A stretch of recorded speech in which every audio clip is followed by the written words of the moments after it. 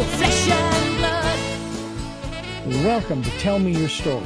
New paradigms for a new world where we're giving you choices and knowledge of those choices to help make your dreams come true. We are here 9 times a week. Sundays at 7 a.m. and 7 p.m., Monday mornings at 1 a.m., Wednesdays at 9 a.m., and Monday through Friday from 8 to 9 a.m., streaming live at all those times at richarddugan.com. We are on SoundCloud, iTunes, TuneIn Radio, Spotify, Stitcher, Player FM, as well as YouTube, where you can watch these conversations. I hope that you will take time to subscribe and click notifications so that when a new conversation is posted, you'll be notified and you'll be able to tune in, listen in, and learn, be entertained and inspired. A reminder that Choices, which is my book, 5 Steps for Life, it's available on Amazon.com in paperback, hardcover, and Kindle with Audible, soon to be released. We also ask that if you can support the work that we are doing financially, we do have a PayPal account. It is there for your security as well as ours. And when they ask for an email address to whom you're sending, please go to richard@richarddugan.com. That's the email address. If you go to richarddugan.com, there is also a link directly to PayPal so that you can send us whatever support you can. And we thank you to those who have helped and to those who will help. We also ask that you take time during this decade of perfect vision, the 2020s, to go within to that quiet, peaceful, calm, still place and listen to that still, small voice. And with that, we now take you to our very special interview and guest here on Tell Me Your Story. Welcome to Tell Me Your Story. I am Richard Dugan, your host. Reverend Dr. D, I sometimes go by, and I am a reverend. I am not a doctor. It's honorary. It was bestowed on me by some other folks here in the Santa Barbara area when I moved here. But nonetheless, we are here to bring you new paradigms for a new world, giving you choices and knowledge of those choices. And one of those choices is with our very special guest today. And I'm very excited to have her with us for 2 reasons. Number one, because she is the author of The Courage to Shine. Find your voice and discover the healing power of your words. And it was, of course, published a few years back in 2021. And her name is Eileen Forrestal. And the second reason why I'm so happy to have her on the program is because in spite of the fact that I would trade places with her logistically in a minute, she's coming to us all the way from, you guessed it, Ireland. Eileen, thank you so much for joining us. It's really a pleasure to have you here. Hi, Richard. Thank you so much for having me. You have a book that really speaks to one of the phrases, if you will, that I use on a regular basis, one of the statements. Words have power. And when you're talking about finding one's voice, and especially the aspect of the healing power of our words, in my book, Choices, I talk about people matching their words to their choice. You've heard the phrase, of course, the glass half full, half empty, those types of things, or even let's say someone is, you've prepared a meal for some folks, and around the table, people, oh man, that was absolutely, it was delicious. It was great, fantastic. Other people say, oh, that wasn't bad. That wasn't bad. And it's like, what? What do you mean it wasn't bad? Well, was it good? And to me, that says an awful lot about maybe their glass, they perceive it as half empty instead of half full. How'd you come up with this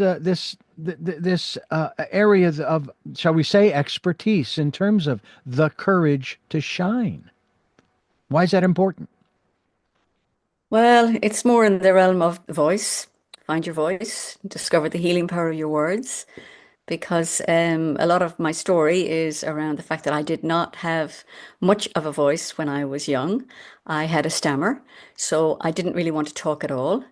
And I found sometimes it was easier to say easy words rather than true words, so it ended up kind of lying because it was easier.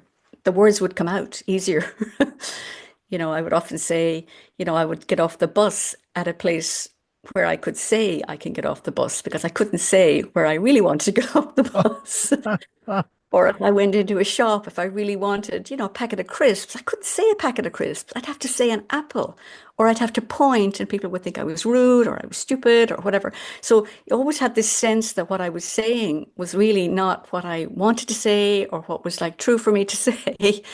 So I just had that found that the voice that I had was not really me, and I was hiding my voice all the time. But because I was hiding my voice, I was like hiding myself because who are you if you're not who you say you are? Or I was saying something, that maybe wasn't really true for me. So that was kind of a struggle that I had really for most of my life. And Mm. when I kind of eventually really kind of took that on and really decided, Jesus, life's got to be more than this ducking and diving and trying to hide. And so I just took that on, and that just took the courage. And the courage was just really to just say, do you know what? And, I'm nearly afraid to open my mouth because God knows what's going to come out. Yeah. But really, when I had the kind of courage, I suppose, to even say that, I was actually quite surprised to hear that what came out was kind of relatively normal. And then I'd realized I'd been kind of, I don't know, really, really struggling and suffering for like way too many years.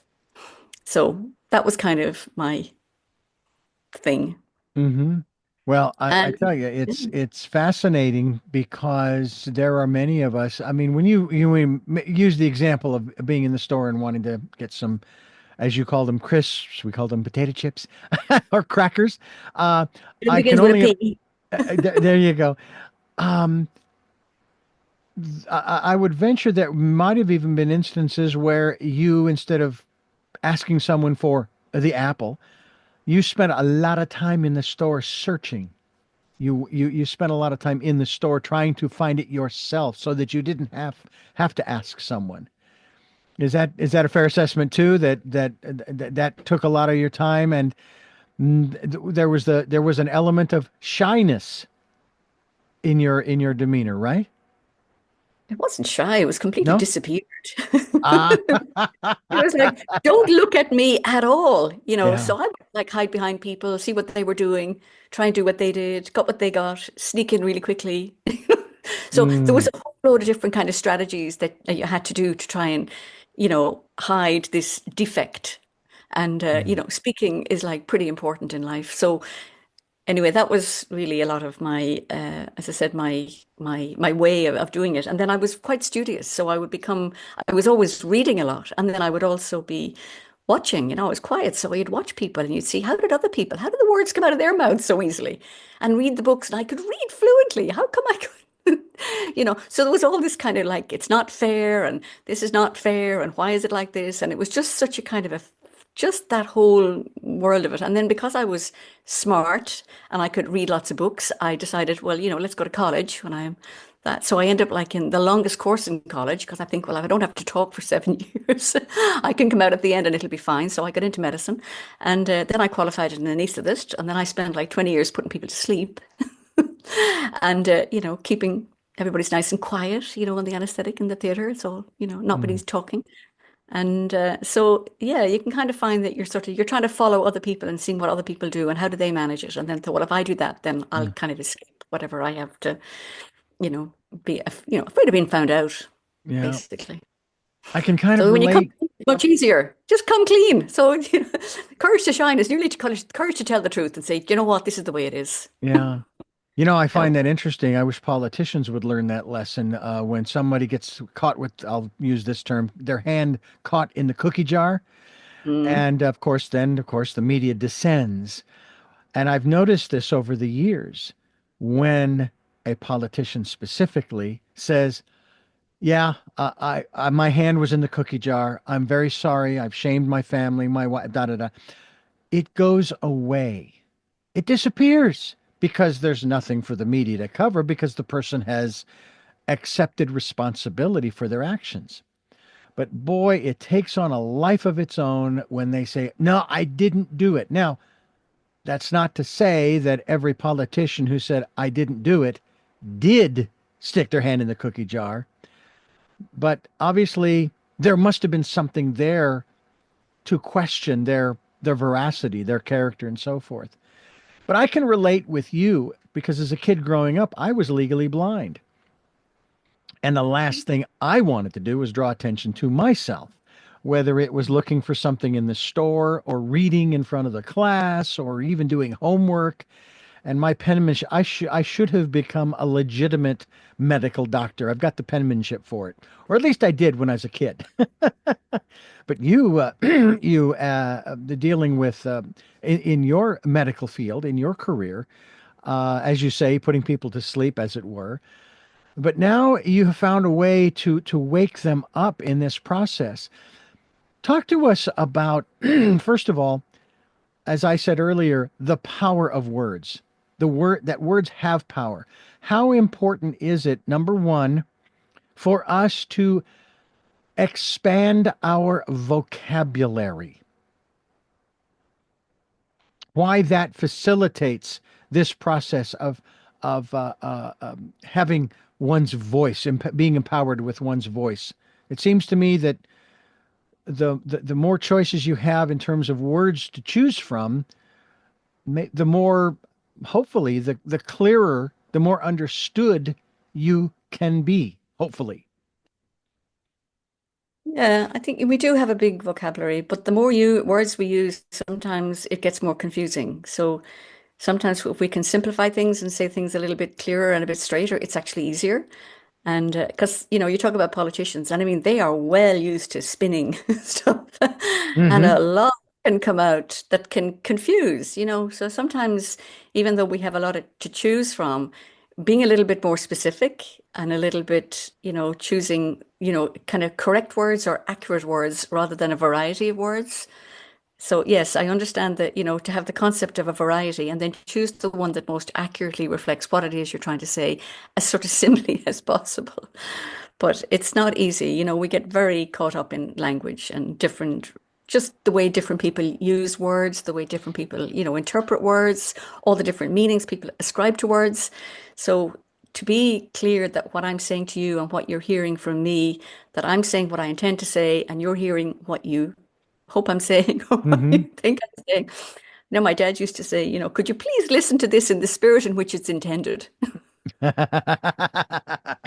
you go, okay.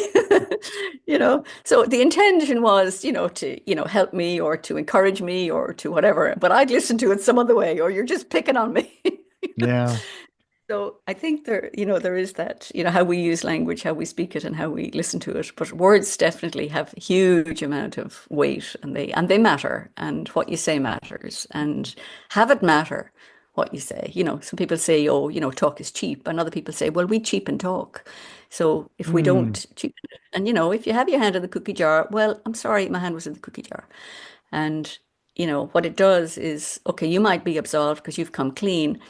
But if you're a politician or you represent some aspect of the community, that then diminishes people's respect for that aspect of the community. Because if somebody can put their hand in the cookie jar and admit it, there could be somebody else who put their hand in the cookie jar who's not admitting it. So distrust then starts to creep in. So we're kind of all kind of in this together. If one if one can Yeah. go, we can all go, and then if one can rise, we can all rise. So. No, I couldn't agree with you more. It's it to me a challenge for a lot of us to use or find. Sometimes it's not using the right words, it's finding the right words to describe what it is that we're trying to get across to folks. Like the Mm, fact that we're mm. talking here with Eileen Forrestal. She's written a wonderful book that I hope you'll get a copy of. And it, of course, is entitled The Courage to Shine, Find Your Voice, and Discover the Healing Power of Your Words as we continue here on Tell Me Your Story. I'm Richard Dugan, and we're here with Eileen Forrestal, all the way from Ireland. What part of Ireland are you in? I'm in Sligo, which is in the northwest, which is on the No. coast, which is beautiful, beautiful, beautiful. I've been on the West Coast, Galway, and actually Hmm. stayed in a bed and breakfast on the coast in Galway, in Hmm. Connemara, on Inish. I believe it was, they referred to it as the island of Inishni, Hmm. which was not too far up the bog road from Roundstone. Mm. Absolutely beautiful. And Mm. actually went out to the Aran Islands to Inishmore and Mm. I sat on the edge of that big granite slab. If you've ever been there or you're familiar, Hmm. to my Yep. wife's consternation, she's constantly asking me, "So where did you hide the insurance papers, the life Oh. insurance papers?" Um, Yeah. when we talk That's about, that's the edge, definitely. yes, That's the indeed, edge of Europe. I mean, you are absolutely on the edge of Europe on that. and I was The wanting to fort. take pictures Yeah. of what it looked like on the edge, and I got them. Incredible. And if I'd lost my shoes, they're gone. I'm not going after them. What an experience. Um, I know that Gaelic is the official language of Ireland. I've Hmm. studied a little about the Hebrew language, and I know that the letters in the language, the alphabet of Hebrew, each one of them has their own legend, similar to, for example, a map. You take a look at a map and you see all of the different symbols, and it tells you what those symbols mean. And of course, each letter has its own legend. It has a color and a number and a tone and so on and so forth. Even maybe a story behind that letter. And then you start putting those letters together into words, into sentences, into paragraphs, into chapters, and into a book. And it has an incredible depth to it. But the moment you translate it out of the Hebrew into something else, all of that's lost. First of all, I'm curious, is Gaelic in that fact, is Gaelic similar to that? Do each of the letters, and I can't remember how many letters there are in the Gaelic alphabet, but do they have a legend of sorts that you know of? Necessarily, but I mean, there's only 21 letters in the 21. Gaelic alphabet. But again, it's exactly as you say, it's in the translation, something gets Yeah. lost.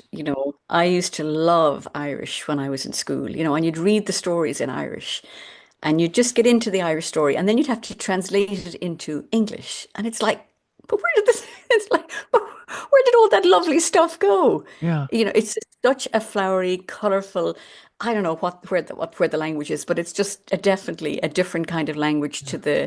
to the English language, which is more kind of Germanic and it comes from Eastern Europe, and we were more, I don't know, whether we were in tune with the fairies and Tir na Og or whatever, but we have a definitely, and that was always a thing that my you talked about politicians. My grandfather was a politician, and had I not had a stammer, I might have gone into politics. But anyway, here I am. Hmm. And but he was a passionate Gaeilgeoir, an Irish speaker, and was absolutely passionate about the Irish language and culture and music and dancing and writing and literature, and was in that whole world of it.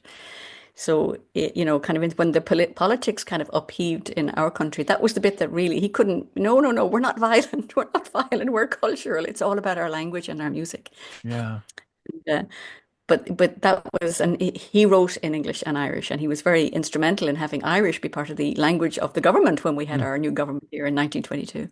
So, yeah, definitely the Irish language, I think, loses something in its translation to English. But I'm not a fluent Irish speaker.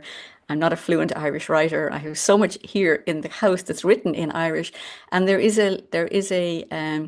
uh, I'm not sure what you call it. I can't think what I have to say it now. But when it's written, I can't read it. I can't read any of the letters. The language is the letters are just impossible for me to read.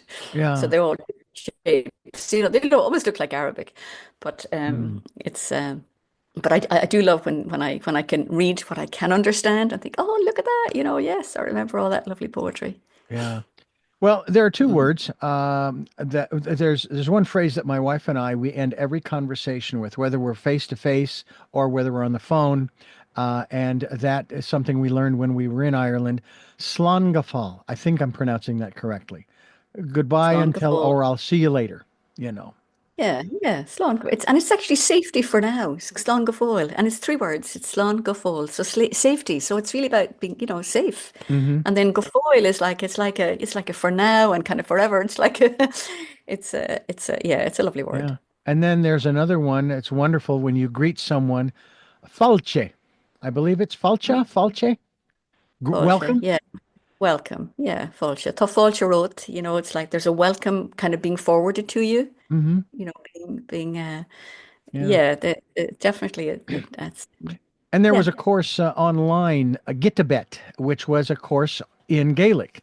that I actually have. I burned to CDs that we listened to. We Mm, tried to learn Gaelic, and then at the Irish Cultural Center in Phoenix, we mm, attended. We went to take Gaelic classes in Gaelic, and it was a mm, lot of fun. It was more fun just being amongst all of the people trying to learn it than it was learning the language, because it was oh, quite a challenge. There's no question.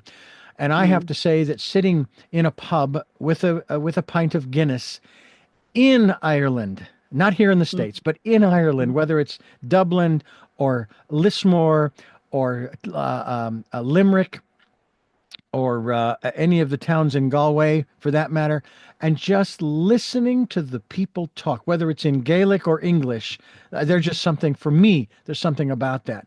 But when we get back to this whole subject of words, mm, it has been said that, especially with the English language, which has thousands and thousands of words. However, it isn't how many words there are, let's say in the dictionary, it's how many words are in our vocabulary, as I brought up earlier, that we're actually choosing to use.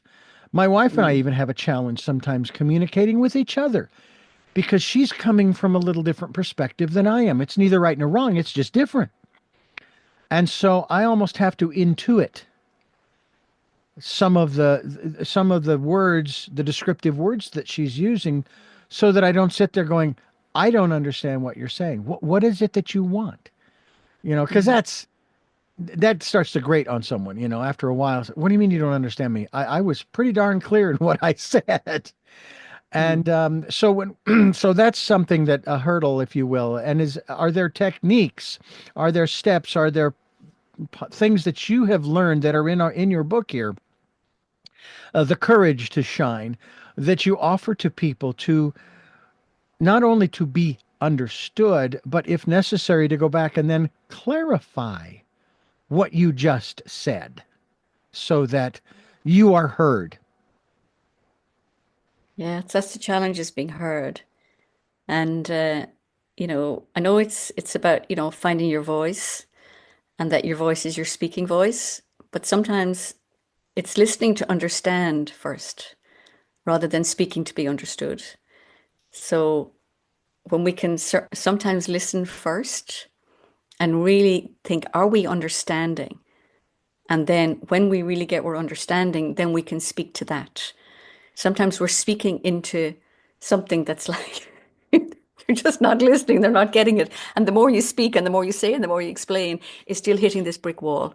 So it's sometimes to listen first, let the brick wall come down, or let the wall come down brick by brick, because you're listening to stone by stone by stone by stone, word by word by word as they Mm-hmm. come down.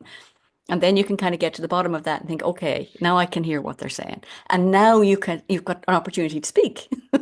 But we kind of want it the other way around. But then there's always a we. Like if I'm Yeah. speaking to you, you're speaking to me, it's me is me, and then you're me. So, we're always the same. We're just mirrors of each other.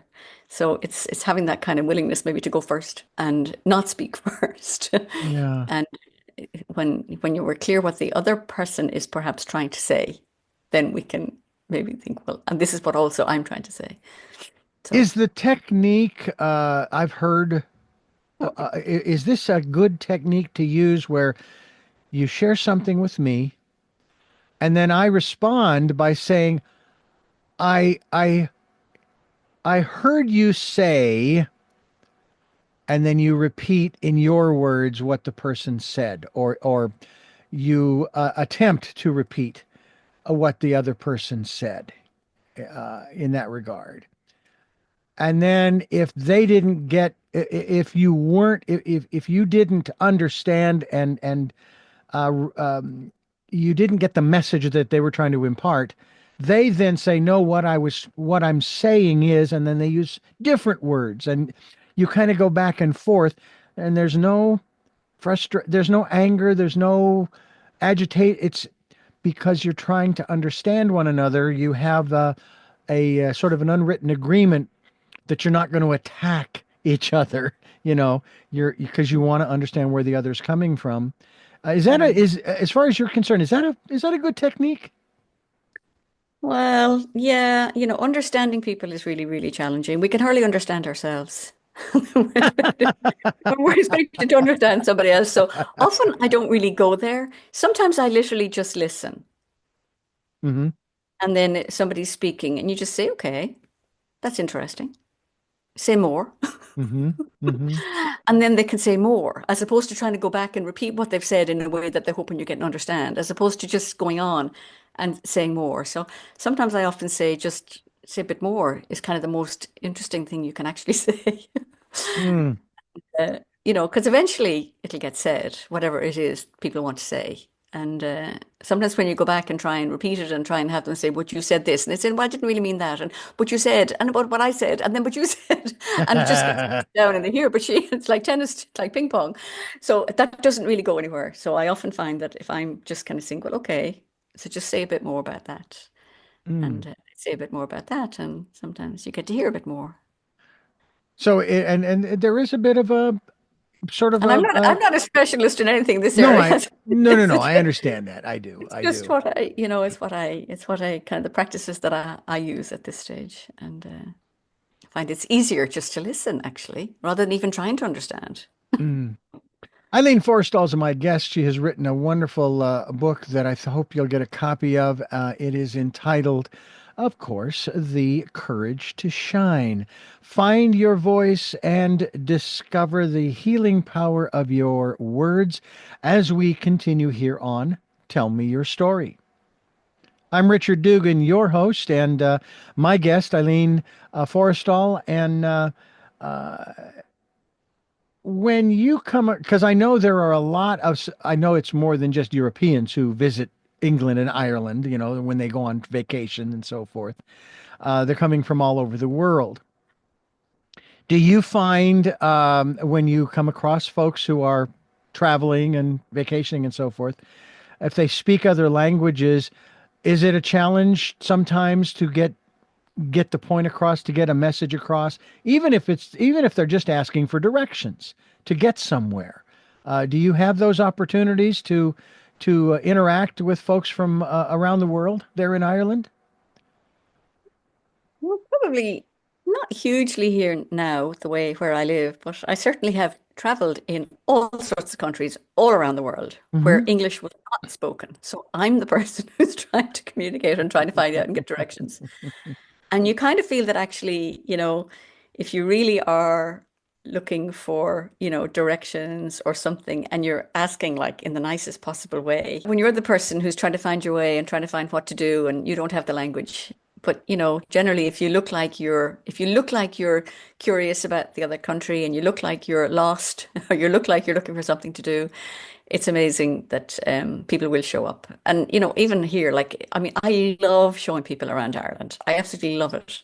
And showing people around Sligo because it's like I know the places that I think they should meet. So if I think they look like they're interested and they're looking lost or they're looking whatever, I'll do my absolute level best to make sure that they get, well, to see all the kind of things that I think they should see, which is really what I want to see when I go away too.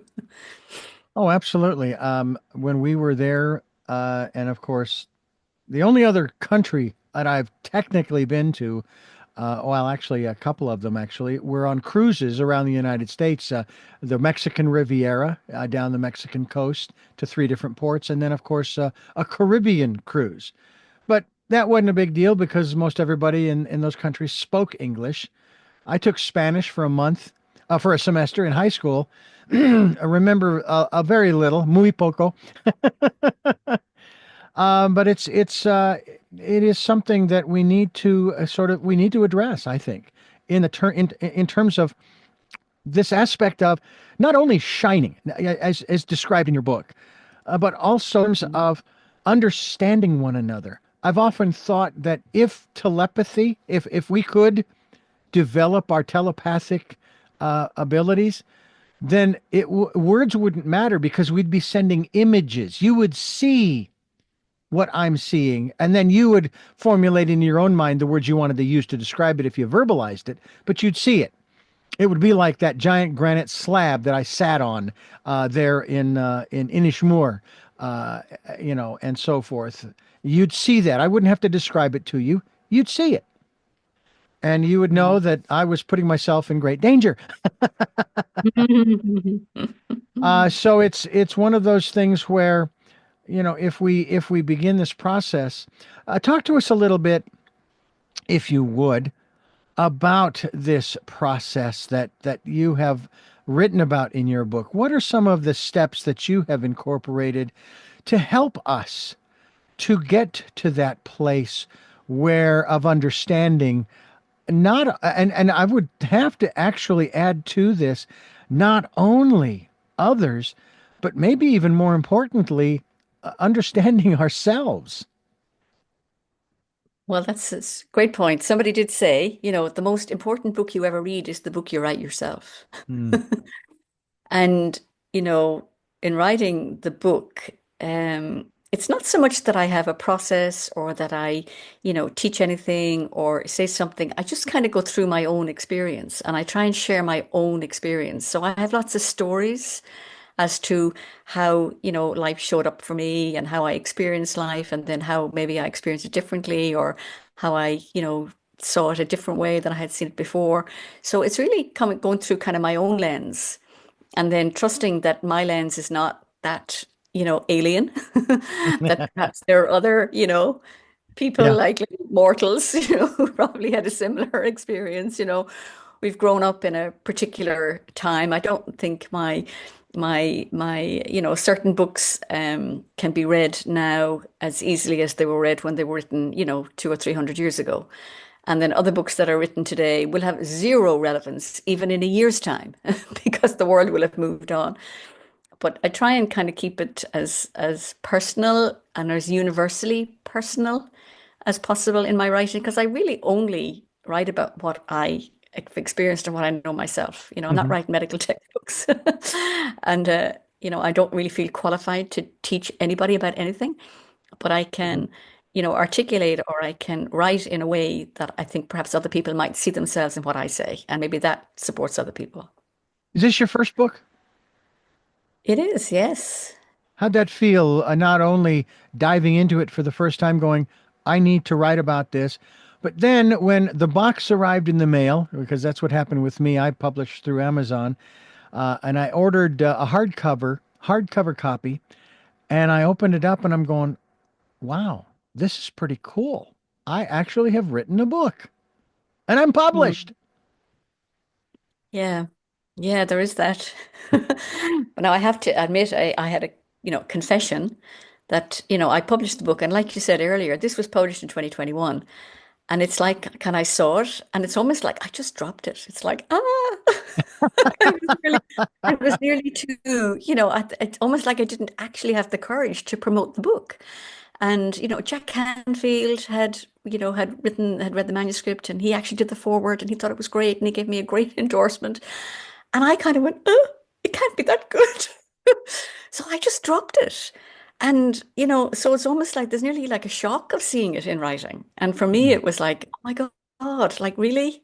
Really?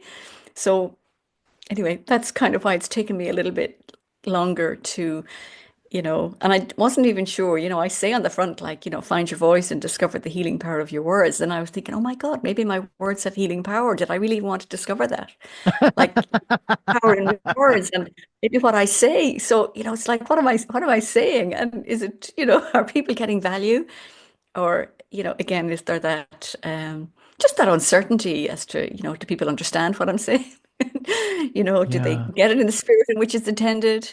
Or, so yeah, it's a little bit kind of vulnerable when you do write, especially when it's a memoir and you write about it and you write about your life and you kind of expose yourself to the world. And it's like, well, this is me.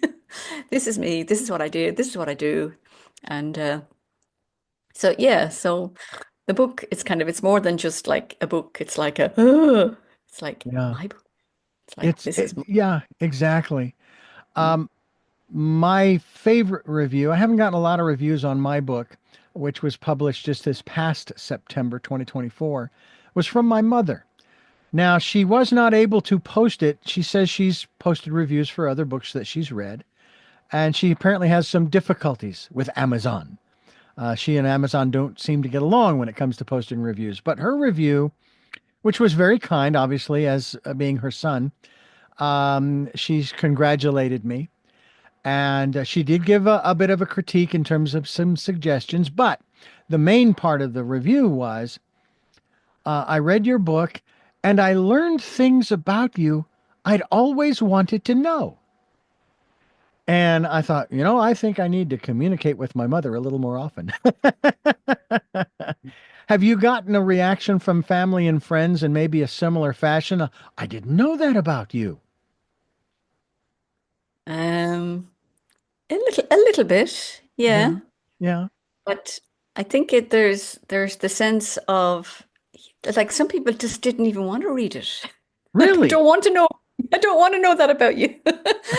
Because some of the reviews, like some review came, it's brutal in its honesty. Brilliant, but brutal in its honesty. So, Hmm. so not everybody was rushing to read it of my friends and family, put it that way.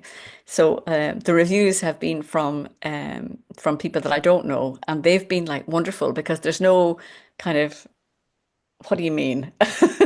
Yeah. Because what I had to face up to was the fact that a lot of my early life was very much pretending. So people who were in my earlier life were kind of thinking, "You mean to say she didn't like apples?" Yeah. You know, there's a kind of this sort of coming clean a little bit. So that I suppose in a way that's a challenge as well. And again, I did when I wrote the book. Um, somebody they were suggesting there was something it was about fear. I do actually write it in the book, but it was about fear. And I had taught this girl how to swim, and I was saying swimming, it's all about confidence, it's all about courage. Water's water, we're all the same. That's it. You just have to. It's confidence. You learn how to swim. And anyway, she learned how to swim, and she was thanking me. And she said, "What are you afraid of, Eileen?" I said, "Not afraid of anything." And she said, "Oh, everybody's afraid of something. You must be afraid of something." And I'm thinking, well, I'm actually not. I can't think what I'm afraid of. Heights, Mm. spiders, everything. I can't think what I'm afraid of. And then, she just kind of looked at me and I said, and I kind of got this thing. I said, "Oh my God." I said, maybe, maybe I'm afraid of dying without ever having been known. Wow. And then she said, "Oh, that's easy. Write a book." And I thought, okay. Because I thought the only person who actually knew me was my mother. And my mother was dying. And I thought, well, who else knows me? Yeah. So I thought, okay. So then I went, so I can't, that was the thing for writing the book. Now, whether that was, vanity or arrogance or something, but it was like, I'm going to write about me now. I don't want other people writing about me and other people saying things about me that are not true. Mm. People say lots of things about other people and whether they're, true or not, and people believe other things. And I thought, no, do you know what? I'm going to have the last word here. This is it. Whether you like it or not, it's brutal in its honesty, but this is what it is. But, And and as I say, I learned a lot about myself hmm when I was writing it. Well, it's interesting because in my growing up, of course, being legally blind, I was running around the neighborhood. I was bicycling. I could see well enough to do that. And we lived next door to a very large family. We were a large family of eight, six kids, and they had nine kids. So they had a house full, 11 people living in this house, and they actually built a two-story second floor onto it. They got the permits and everything. Anyway, I was communicating with one of the brothers not long ago, and he had passed on the fact that he and I were chatting to his elder brother, who is my age, and his elder brother texted back what I thought was a rather interesting comment, which I'll share a portion of it, and that was that he says that uh, um, growing up with him, I never had looked at people with a disability as being disabled. Anybody who had vision challenges like him, but would still play chess and football and build. I loved this. He said, build forts in oleander bushes and dig underground forts, which is what we did to my father's consternation in the backyard. um, Showed that having a disability is no reason to not do what you want to do. And we had never talked about it when we were growing up. It wasn't a subject. Do you feel that your book is going to help people, hopefully, to step out and show the world Yeah, I have. And now, bear in mind, I used to, until I started working, I didn't have this, but I do now. And I've had it for 40, 45, 50 years. This phrase, the legal blindness was a perceived limitation. It was only a limitation if I allowed it. Do you think your book is going to help others to recognize that they not only have always had a voice, but that despite or maybe because of their perceived limitation, they can speak out and they can be heard, such as you have done here? Yeah, absolutely, 100%. It's all perception. And how we perceive ourselves first is most important because that's what we put out then into the world, and then that's how others perceive us. Mm. So, yeah, I think it's really critical because I mean, growing up, nobody particularly knew that I had a stammer. I just spoke the way I spoke, right? Yeah. But I thought it was awful. I thought it wasn't like everybody else. So I stopped and I hid it. But I did that. Nobody said, "Oh, stop speaking, Eileen. You shouldn't talk." You know, nobody said that. So everybody, any limits that I put on, any limits on my life, I put them on myself Hmm. because most people you can do what you can do. And we have huge capacities, we've got huge abilities. And then we tell ourselves, I can't do that. And then we'll say, well, I don't really want to do that anyway. Or, you can't make me do that. Or we get all these other ways of saying, because we're not willing to risk it. Because probably if we did it, we could probably manage anyway. We mightn't Yeah. manage the way somebody else manages, but we'll manage. And, because that's just the way we are. We're very creative and we generally go after what we want and we generally get it on some level. Yeah. So I think it is the perception. And if we can, be a little bit more, I suppose maybe it's not that it's truthful in our perception, but be willing to see ourselves the way others see us as well, who are more kind to us, people who love us, people who really want to kind of help us instead of pushing them away and being arguing against what they're saying and being more, no, no, I can't do it and you can't make me. And somebody else saying, of course you can do it. We'll help you, and then be willing to kind of step into that world and see what that would make available as opposed to sitting in our own. Yeah. Um, you Eileen know, Forrestal is my guest. EileenForrestal.com is the website. That's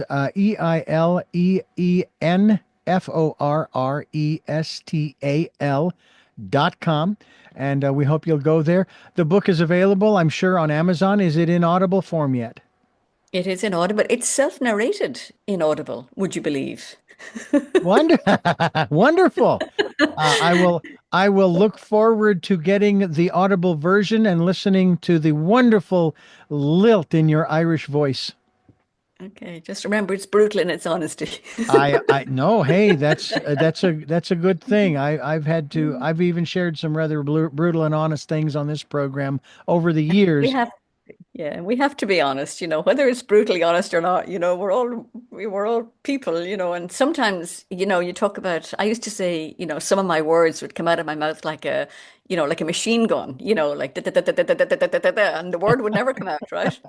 But it was like what we have almost like bullets, and then when they would come out, they could be really, really tough. I mean, I could hit home, Yeah. know, something, so what they are kind of lethal weapons as well. So I kind of say anything that we can that we can wound with, we can also, heal with. So that's rather than using them to kind of wound and harm and hurt, if we can use them to, enlighten somebody or encourage somebody or help somebody or all that, then Yeah. it's a little bit more of a kind of Well, a, we're gonna talk about that as well. Eileen Forrestal is my guest. The book, once again, the title is "The Courage to Shine: Find Your Voice and Discover the Healing Power of Your Words." As we continue here on Tell Me Your Story, I'm Richard Dugan, your host here on Tell Me Your Story with Eileen Forrestal, and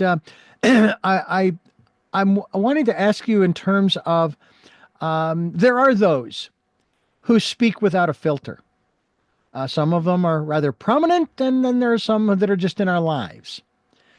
And we can't really tell them not to say those things because they have a right to speak their mind. But we, on the other hand, and taking our amendments to our Constitution, for example, the freedom of speech, I did a little research on that, by the way, and actually, the core of that was the freedom of speech had to do with, if you will, criticizing the government. All right. That's really what the First Amendment was designed to allow people to speak their mind about our government. It didn't mean, I think, I don't know if it was Supreme Court or otherwise, you cannot yell fire in a crowded movie house. Oh, but I have the First Amendment right of freedom of speech. No, there's a responsibility. But where I'm going with this is this. Do you ever nowadays utilize that filter, i.e., that still small voice or your intuition, to maybe find the right words to convey where you're coming from, as opposed to using a scattergun or a machine gun to just throw whatever words come out? Oh, not always, it'd be great to think that I was like that. It'd be great to think that I was that kind of mature and grown up, but stuff comes out, we all kind of reactivate it and we get triggered and stuff comes out. But for me, I'm much better at going back and apologizing and saying, look, I probably spoke, off the cuff there, or I spoke without thinking, and, kind of, can we go back? So I would spend more time going back. Mhm. Um, but I mean, less.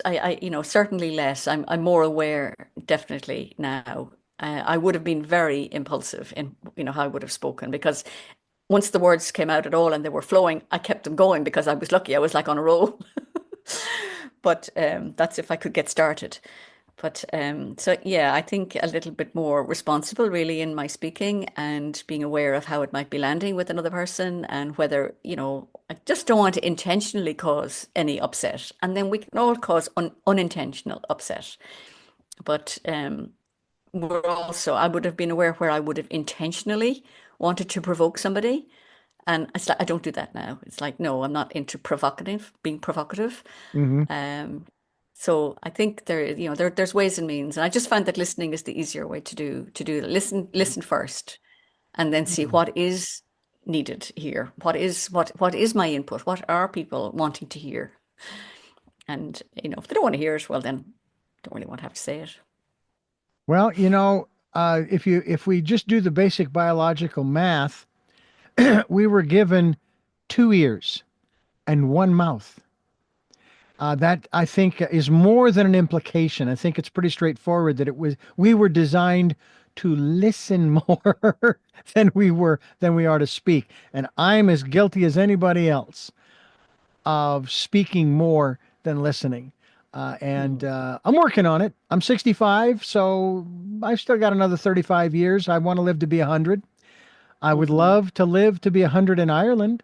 So, that's one of my dreams. It's one of my wife's and my dreams, is to move there and live. We spent the equivalent of an entire month there over two Mm-hmm. separate vacations, Mm-hmm. and it's just a wonderful place. I spoke with a gentleman who was on one of our programs. He was traveling. He was from Northern Ireland, and I was sharing that with him. I said, "Oh, I love the country.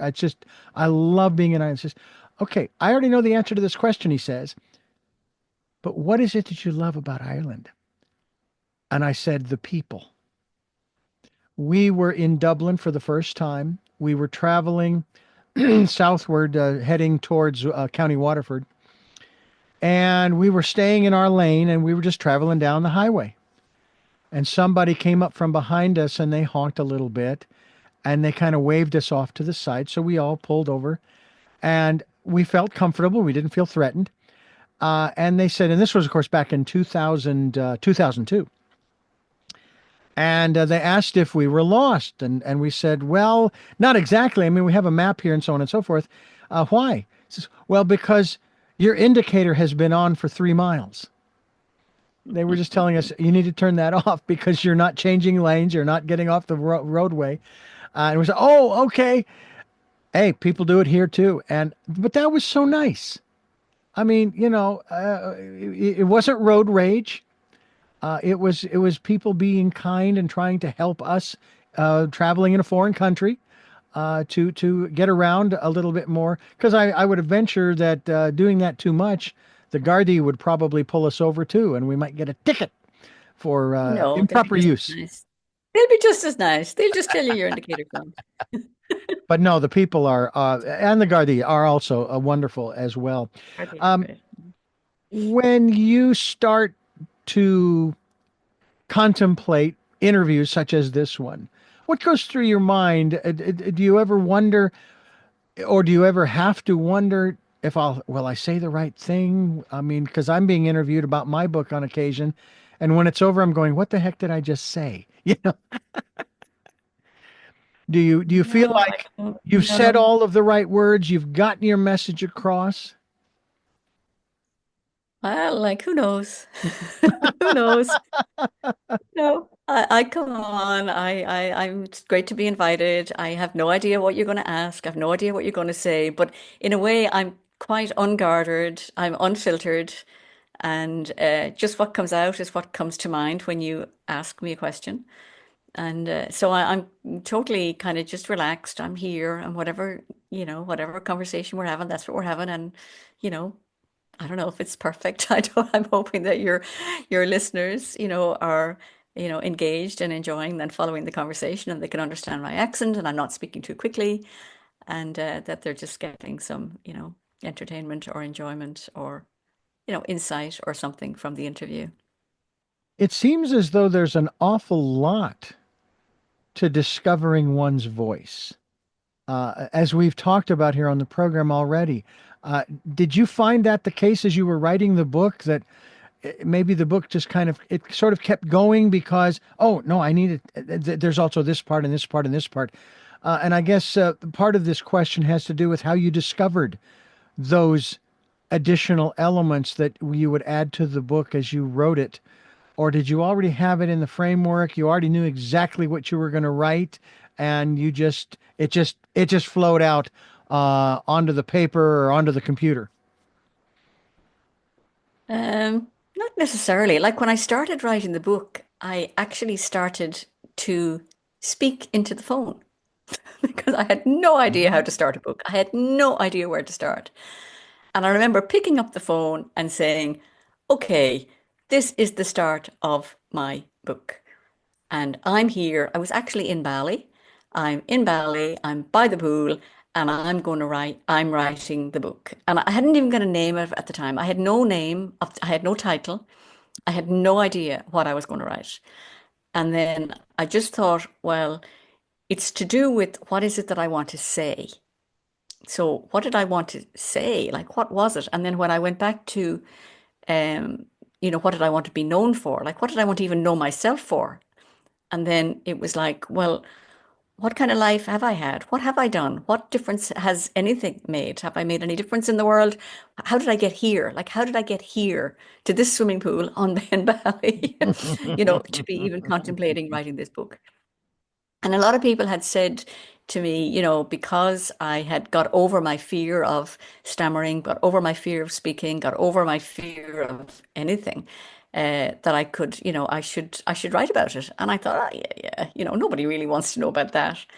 But then I thought, well, maybe it would be of interest. So I had to write about what I knew about myself, but then turn it into a way of, would a reader get any value from this? Like, what is the point in just writing about me, me, me, Hmm. if somebody doesn't say, oh, I see me in this? And then if there's something that I could overcome, if there was some fear that I could overcome, and then come out there and just kind of be, kind of free in life and kind of happy in life, and a totally different experience in life that I had from like my first half, then, other people could. Like, life's short, and really, if we're not enjoying it, then really we need to look at why we're not enjoying it. And then what could we, what perception could we alter that would have it that we could enjoy life? Mm. And yeah, we're all entitled to shine while we're here. We're not here for a long time, and we're entitled to have our fair share of happiness and be able to smile and have a good laugh.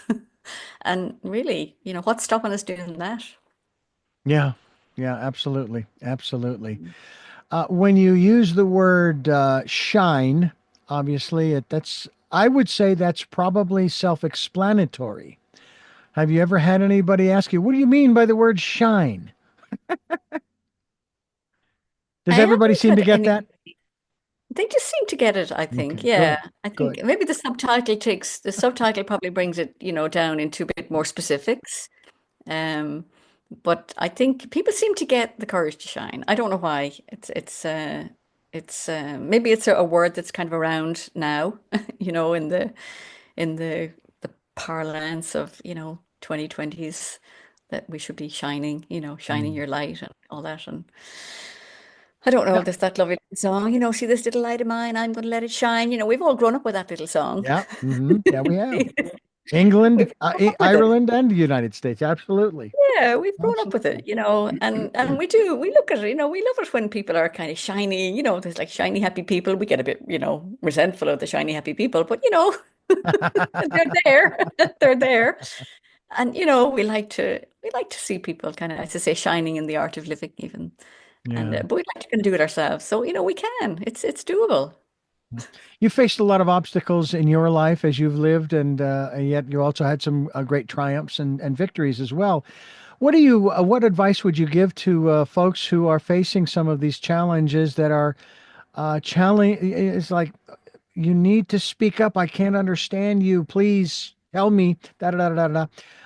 And whether it's a fear within, maybe it is a perceived limitation or a disability, what have you. Maybe it's a work environment or a family environment and so forth, where you can't seem to get a word in edgewise. I mean, you'd think that in a family of eight, in my case, that we wouldn't be able to get a word in edgewise, but our parents did instill in us a certain level of respect for one another, to allow everyone to have a voice, Um, so, what about that? What advice would you give? Well, I am coming towards the end of my second book, would you believe? And it's called Embrace the Edge. Life is bigger when you say yes. So my advice, if for whatever, is, it's like you're approaching an edge because you feel kind of a bit, nauseated Hmm. or a bit like anxious, or you can feel this like tension, and there's an edge there, right? And it's like, well, what if you can embrace the edge? Like really, curiosity, willingness. Okay, let me just do it. Do the thing. Do the thing that you think you cannot do. Just go and do it. Go beyond that fear. Just do it. And then, as I say, life is bigger when you say yes. And then realize what you're saying yes to. You're Hmm. saying yes to, what's possibly beyond. Is there, if it is a kind of a challenging conversation to have. And it's like, oh, what if I got to the other side of this? What would that be like? Oh my God, if I could only get to the other side of it, if this wasn't the problem, if I was on the other side of it, what would it be like? And kind of get there. Yeah, yeah. And then just do the thing, get over that thing and it's probably going only to be a conversation. Very little else. Olympic athletes get over pole vaults and, people get over walls and they get over boundaries and borders of countries and everything. And really what we can't seem to get over is this kind of, expression, like just get past this conversation or get over this misunderstanding or get beyond this argument or whatever this thing is. And it's to see really just, embrace that edge, have it, just do the thing, do it. Mm, mm. Just do it with a yes because you want the reward. Yeah. You You want the know, reward. there was a physicist who was asked the question. Neil deGrasse Tyson was asked, because you mentioned the Olympics. He says he was asked if aliens were watching from above, what television program would you want them to see? And he didn't hesitate. He says the Olympics, because that is the one program every 2 to 4 years that shows people from all other countries and nationalities coming together to compete, but not just to compete, but to encourage one another, even if they're competing against each other. There is a level of sportsmanship and encouragement that they all want everybody to do well. Certainly, there's going to be a gold, a gold, a bronze, and a silver medalist. Granted, but at the same time, everybody wins from the standpoint if we treat each other with kindness and respect as we're doing our thing, it just makes the whole experience better. And I thought, wow. And it seems to me that's kind of what you're saying here, in that, we need to say, we need to speak our truth, right? I mean, that's the bottom line, that what you're talking about when you talk about the courage to shine, you need to learn how to speak your truth, right? Yeah, yeah. I think most of our challenges are not actually physical. There are limitations. Like for Mm-hmm. you, your sight was, more limited. For me, my verbalizing and articulation was limited. But most of our challenges were, how did we deal with that? Yeah. The limitation is not the limitation itself. It's what we say about the limitation, which is, something that as I said, most of them are not physical, because anything physical, I mean, I don't, if I really wanted to lift the car, I'm Yeah. sure I could find 10 people would help me lift the car. I cannot lift the car myself. That's a physical limitation. Right. But life is not asking us to do things like lift cars. So Yeah. life is not asking us to do things that are really very physically beyond our capacity to do that. But life is asking us to, think bigger, speak bigger, look at life from a different perspective, like go and move. We're not trees, as I say. Go and stand in another corner and look at, the room from a different angle. Go and stand in your thing and look at your life from a different angle. Listen to somebody else. How would they look at your circumstance if they were in your shoes? Like, we can really move around. And a huge amount of it is getting beyond these kind of barriers of our own thinking and get out into some other thinking that might help our thinking to be a bit more more productive. I don't know whether I don't know whether that translates, but It, anyway, that's our thinking is everything. yeah, it definitely translates. We're talking with Eileen Forrestal. The book, once again, is The Courage to Shine, Find Your Voice, and Discover the Healing Power of Your Words, as we continue here on Tell Me Your Story. I'm Richard Dugan, and Eileen, I want to thank you so much for joining us here on the program and sharing your story, your memoir, "The Courage to Shine," but also from, again, a personal standpoint, coming to us all the way from that beautiful island, Ireland, and we're hoping to get back there at the end of 2025 to stay for. Well, heck, I'd like to make it Let me permanent, know but when you're coming. I will. I will, absolutely. Or I'll be shouting from the cockpit, "Hey, we're coming! We're coming!" Mhm. And looking forward to that. But I really do appreciate the time you've given us. This has been wonderful, and I thank you so much. Oh, well, thank you for the invitation. It was lovely. I do have three final questions I ask all of my guests as we wrap up this edition of Tell Me Your Story, New Paradigms for a New World. And we are giving you folks choices and knowledge of those choices to help make your dreams come true. The first of the questions that I ask all of my guests is, in your case, who is Eileen Forrestal? She's a work in progress. She's a work in progress. Yeah. Okay. What gets you up in the morning? Used to be my dog, but she died. Oh, Um, so I used to have to get up very early to feed her and let her out. mm, So what gets me up in the morning? Oh, just the thought of, what's today going to bring, basically. And mm. if I have a schedule, which isn't quite flexible, I'm retired now, you see. And it is just, yeah, it's kind of curiosity really gets me up in the morning. And finally, what was your best day? My best day ever. My best day ever. Gosh, my best day ever. What's coming to mind? What's coming to mind is you talked about travel, right? Mhm. And one day I'm not going to say I found myself because I did actually have to do some walking, but I walked and walked and walked and walked and walked and walked and walked, and I was walking up the Alps, and I found myself like in the middle of kind of an alpine, I don't know, wonderland or wilderness, whatever you want to call it, and like all by myself, like in the entire world. Mm.